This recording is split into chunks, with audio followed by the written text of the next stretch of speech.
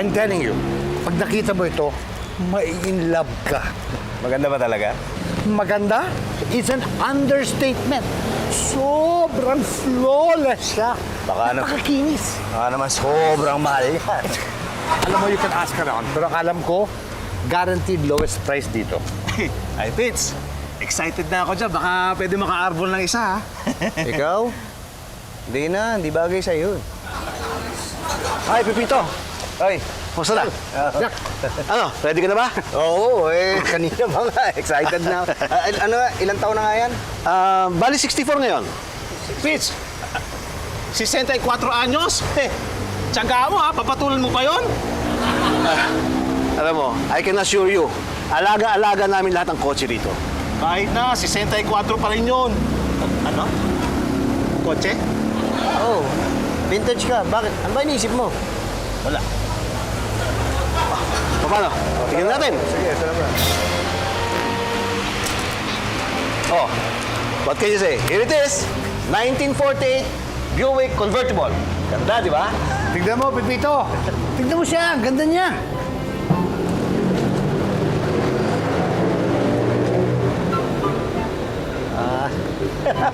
Ganda ka! Sa'yo. Ba't bibenta mo to? Kasi kailangan ko ng cash. May nakita kasi ako 1930 na Cadillac sa Project 6 eh. Baka maunahan ako ng iba eh. 1930? Eto, 1948 eh. Mas luma pa yun eh. Nagbebenta ka ng lumang kotse para bumili ng mas luma. Oo nga, no? Ba't nga ba ganun? Ibang tao gusto bagong kotse, ikaw luma ang gusto mo. Ganyan talaga pag vintage cars. Parang alak yan. Mas tumatagal, mas tumataas ang value.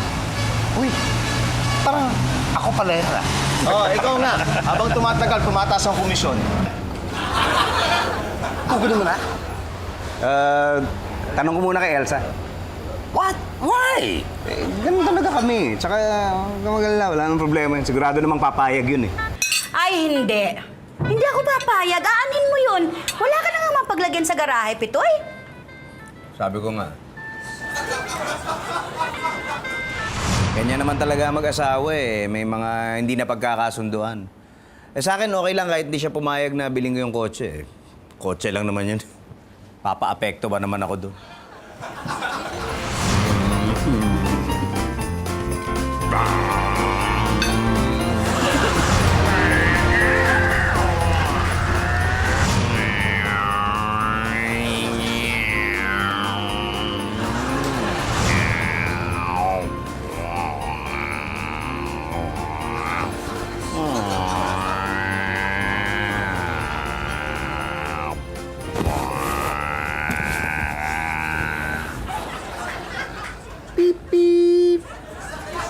Alam mo, Pitoy, kunin mo na yung kotse. Ano ka ba? Kotse lang yung magpapa-apekto ba ako doon? Kunin mo na. Pamasko mo sa sarili mo. Talaga? Yay! Tatawag ko si Tommy.